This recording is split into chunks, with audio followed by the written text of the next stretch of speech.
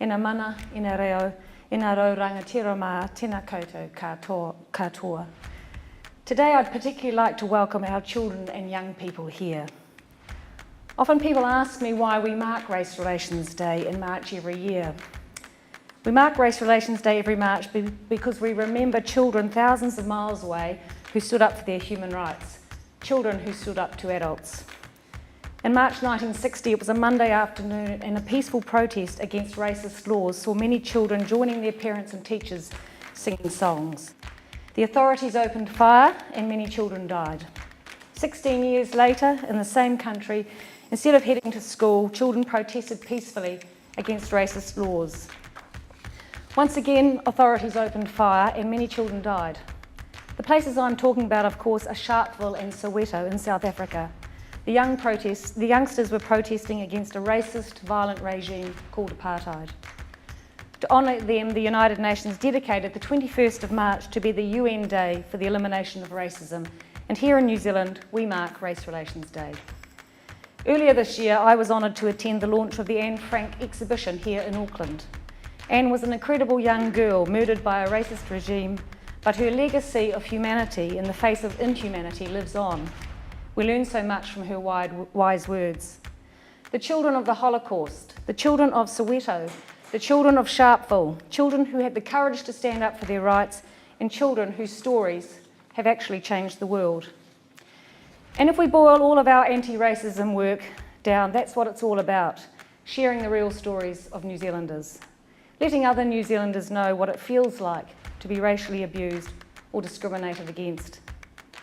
From the moment we began, we knew that many Kiwis didn't think we had a problem with racism or prejudice here. We thought that seeing as we weren't as bad as America or Australia, we were all good. But the reality is that when we talk to Māori New Zealanders, Asian New Zealanders, Pacifica Kiwis, Muslim Kiwis, every single person has a story to share. A story of prejudice, a memory of being humiliated, and a time where they were made to feel less than everyone else. We began our That's Us campaign in 2016 with the story of Wong Lu Shung, a fifth-generation New Zealander who grew up in a small country town.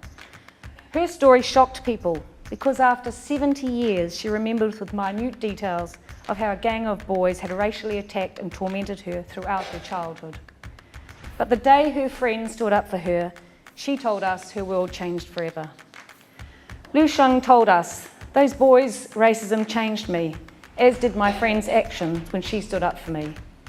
She told us that people need to recognise that when we say things like, "Oh, don't mix with them, they smell," or "Don't talk to them, they eat weird food," that's how racism starts.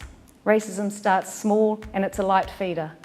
Racism just needs crumbs to get stronger and stronger. One day, years later, Lu Shung met a man who used to racially harass Asian kids like her at school. She'd been dying to ask this question all of her life, so she asked him, "Why did you do it?" And you know what he said? He said he didn't really know. He didn't really know, except it felt like a cool thing to do along with his peers. Lu Shung says when adults and children lack empathy, then racism can thrive and grow strong. When you don't feel empathy for someone else, then it allows you to live with your own prejudice and to say to yourself that you're always right. That's why this was what our That's Us campaign was about. We shared the real life stories of real people. We encouraged New Zealanders who had never experienced it, what it was like to be attacked because you looked Chinese, to listen to someone who had lived through it. We asked Kiwis to hear from a young top academic scholar who walked out of class when he was 7 after an adult teacher announced to his class that God didn't love people from the Tūhoe tribe because they were all terrorists. The same young man who was ignored by the admissions person at the university open night, while his Pākehā friends were welcomed, even though he had higher marks than any of them. We heard about a professional executive who was continuously mistaken for the cleaner, even when she was wearing a business suit. We heard story after story of everyday people sharing their everyday stories of racism. And Kiwis listened, millions of them, and overwhelmingly Kiwis felt empathy. They listened and they learnt about what prejudice feels like when it's happening to you, as a child, as an adult, as an elderly person. One thing I've worked on since I took this role is to name racist and prejudiced behaviour. Because by calling it out, we can challenge and hopefully change someone's behaviour. Most people will say or do racist or hateful things if they think they will get away with it. So my advice has been, don't let anyone get away with it. Stand up for others. Racism starts small, but so too does hope. We shared the great video last year of Pene Walker, a lady on a bus down in Wellington who refused to let another passenger racially abuse some young Muslim Kiwis. She called them out, and in doing so, she showed all of us what we can do when abuse happens in front of us. As Lu Sheng told us, racism starts small. Sometimes it lives in everyday actions and comments that we laugh off, not in agreement to, excuse and therefore accept, but we don't have to.